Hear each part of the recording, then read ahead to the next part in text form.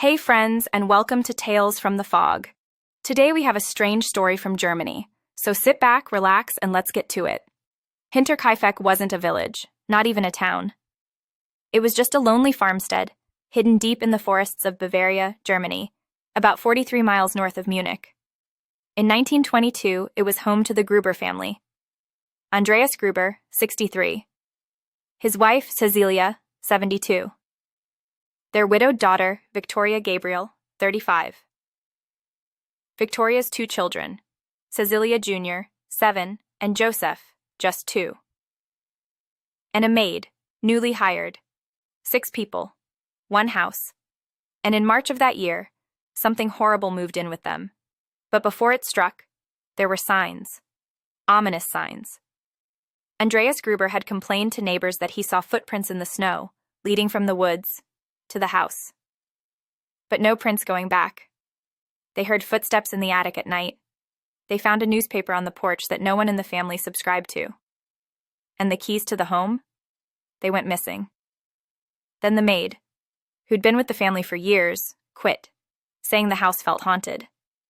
She told people she heard voices, and the walls gave her chills. The Grubers didn't believe her, so they hired a new maid. She arrived the same day the murders happened. It was March 31st, 1922. The newly hired maid, Maria Baumgartner, had just arrived that afternoon. She unpacked her bag and met the family. She didn't know she was stepping into a nightmare already in motion. That evening, something, or someone, entered the barn. One by one, 4 members of the Gruber family were lured outside. First Andreas, then his wife Cecilia, then Victoria, and finally, young Cecilia Jr. Each was killed in the exact same way. Bludgeoned to death with a heavy, sharp farm tool, likely a mattock, a kind of pickaxe. The killer didn't stop there. Inside the house, the new maid Maria was murdered in her bed, still wearing her coat. And little Joseph, the toddler, was killed in his crib. 6 people, wiped out in a single night. And yet, nothing was stolen. Money was left untouched. Jewelry, livestock, tools. Even stranger, someone fed the animals in the barn over the next few days. The smoke from the chimney kept rising. Bread was baked, meals prepared. Someone stayed.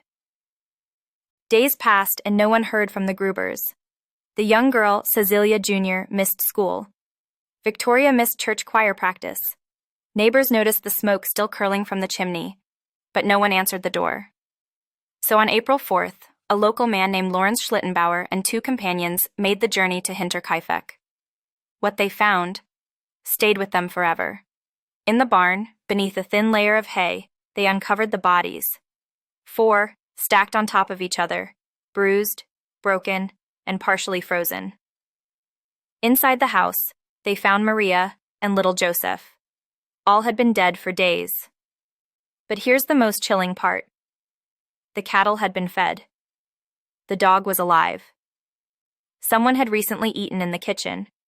Whoever did this lived in the house afterward. Even more unsettling, there were signs the killer had been watching them before the murders. That newspaper? No one in the house subscribed to it. The attic noises? Now believed to be the killer hiding above them for days, possibly even sleeping there. He or they may have waited until the perfect moment to strike. With 6 people brutally murdered and no clear motive, the police were baffled. There were no fingerprints, no eyewitnesses, no confession. But there were theories. The neighbor, Lorenz Schlittenbauer. Lorenz Schlittenbauer, yes, the man who helped discover the bodies, became the prime suspect. He had a history with Victoria. Some believed Joseph the baby was his child. And when police searched the scene, Lorenz allegedly disturbed the bodies and moved through the house with unusual familiarity. People asked, how did he know where everything was? Why wasn't he more shocked? Still, there wasn't enough evidence to arrest him. A stranger in the attic? Others believe the killer was never far from the family, that he lived undetected in the attic for days, maybe weeks. Remember those footsteps Andreas heard? The missing keys? The uneaten food? In this theory, the killer stalked the family until the perfect night, then struck silently and efficiently. One theory even suggested multiple killers, a coordinated effort to silence the family for reasons unknown. Motive? Still missing. Nothing was stolen. There was no sign of forced entry. So why would someone commit 6 axe murders and then stay in the home afterward? A few whispered theories suggest the murders were tied to shame, revenge, or incest within the family. Others believe the killer was never caught because he was never looked for in the right places. The Hinterkaifeck murders remain one of the most disturbing unsolved crimes in German history. Despite dozens of suspects, reinvestigations, and modern forensics, no one was ever arrested. No trial, no closure, no justice. In the decades that followed, the farmhouse was torn down. A memorial cross now stands where the barn once stood. But the mystery still lingers, like fog that refuses to lift.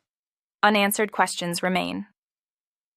Who lured each victim to the barn, one by one? Why kill the maid who had just arrived?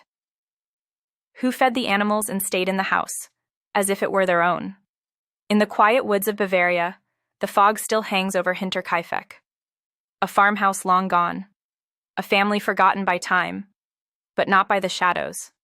Was it jealousy? Madness? Revenge? Or something older? Something that walked out of the woods that night and never left.